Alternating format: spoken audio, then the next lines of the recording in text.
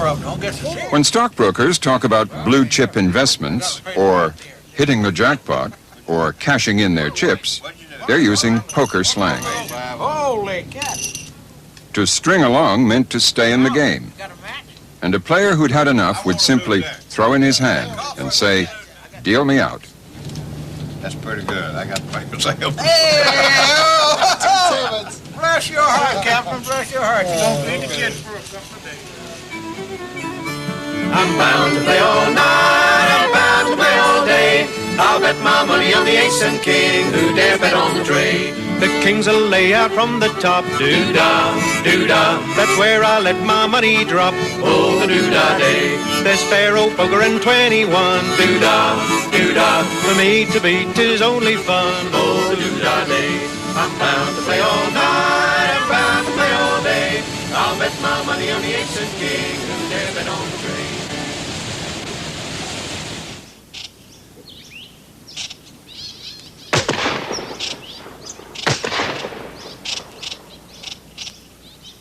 By the 1830s, the fur trappers had opened up a new frontier, the Rockies, the home of the solitary mountain men, French voyageurs, and Indian traders.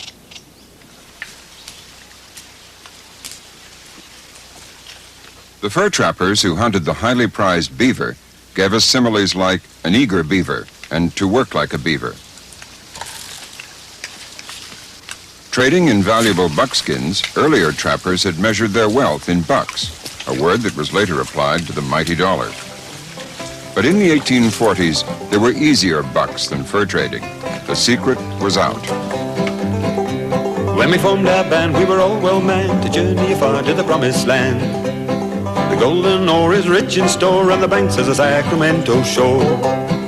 Oh, boys, hold to California. There's plenty of gold, so I've been told, on the banks of the Sacramento.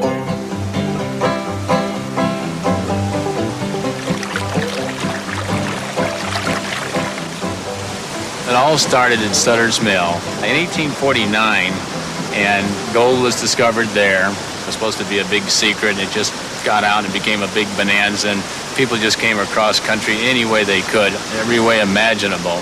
They came here with practically nothing. They had no equipment. They didn't have any money when they got here, and there were some very qualified people that did get here, and they did do very well. Of course, a lot of people didn't.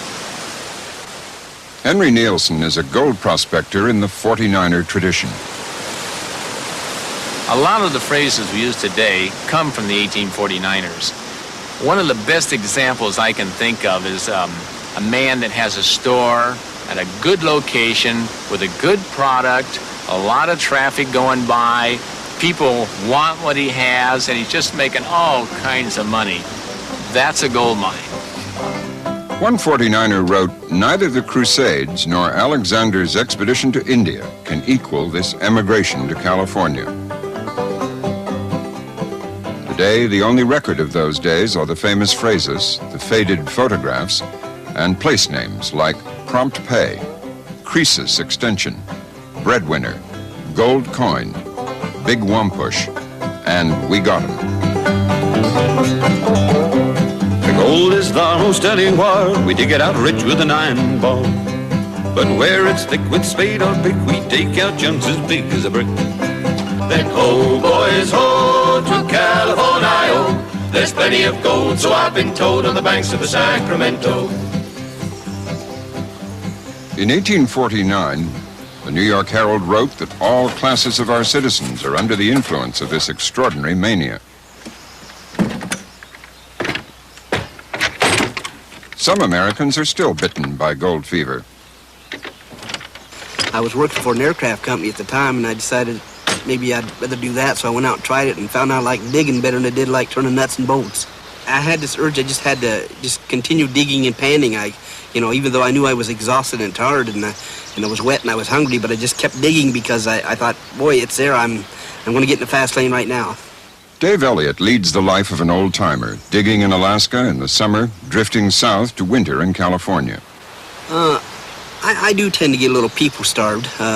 You get out there, it's in the bush, it's a bit remote, and you don't see a lot of people, and there's just you and the bears and what animals are around. But It's a bit lonely life, but it's a good life. Gold and silver miners used to talk of an El Dorado and of hitting pay dirt. Pay dirt is usually the layer of gravel and gold where it's mixed together, and usually it's where the gold settles, and when we pan that out, we call that pay streak, pay dirt. Then as now, the prospectors panned for gold, and we still talk of things that pan out. Panning out is where you have a master plan, and there's a lot of sequence to the plan, and a lot of things have to happen, and if everything happens in the correct orders at the right times, it pans out and you're making money. And you can tell a friend, you know that venture I did? It panned out for me. Talk like this prompted Mark Twain to write, "The language of the Far West was slang." Strike it rich, that's usually a phrase used when one gets into a good pay streak where it pays very well. That's called strike it rich. This out of a pretty good crevice. Sometimes he shouts Eureka if it's a large nugget. He might say, "Oh boy, I've got it." And Kate and I have a friend that says, "Hello." What do you think of that one? Oh, look at that. That's a pennyweight.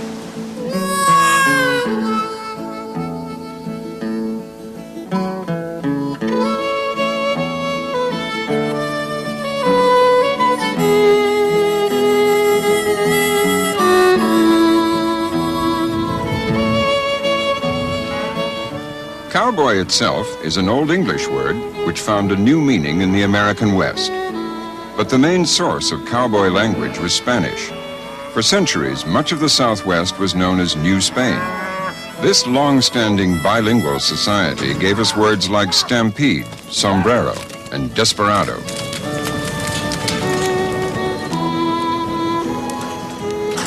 In Nevada, Arizona, and here in New Mexico, these cowboys are not recently arrived Mexican immigrants. They're Americans whose family histories go back many generations.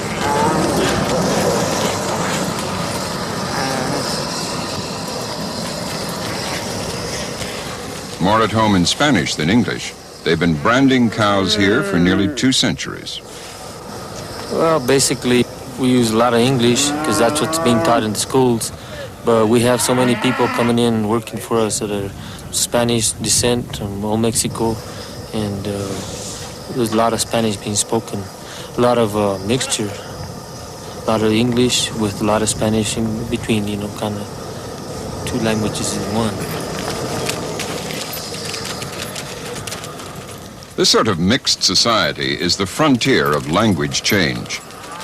And it gave the cowboys words like rancho, ranch, corral, corral, rodeo, rodeo, bronco, bronco, cincho, cinch, lazo, lasso, chaparreras, chaps, bandana, loco, muy loco. vamoose. Vamos.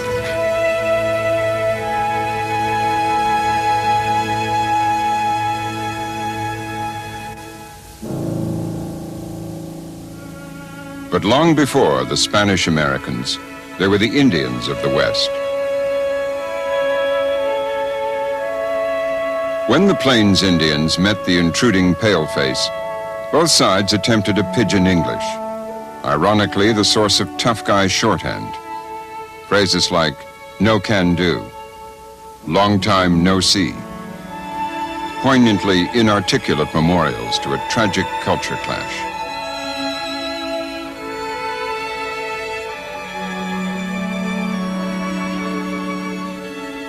The cowboys of Texas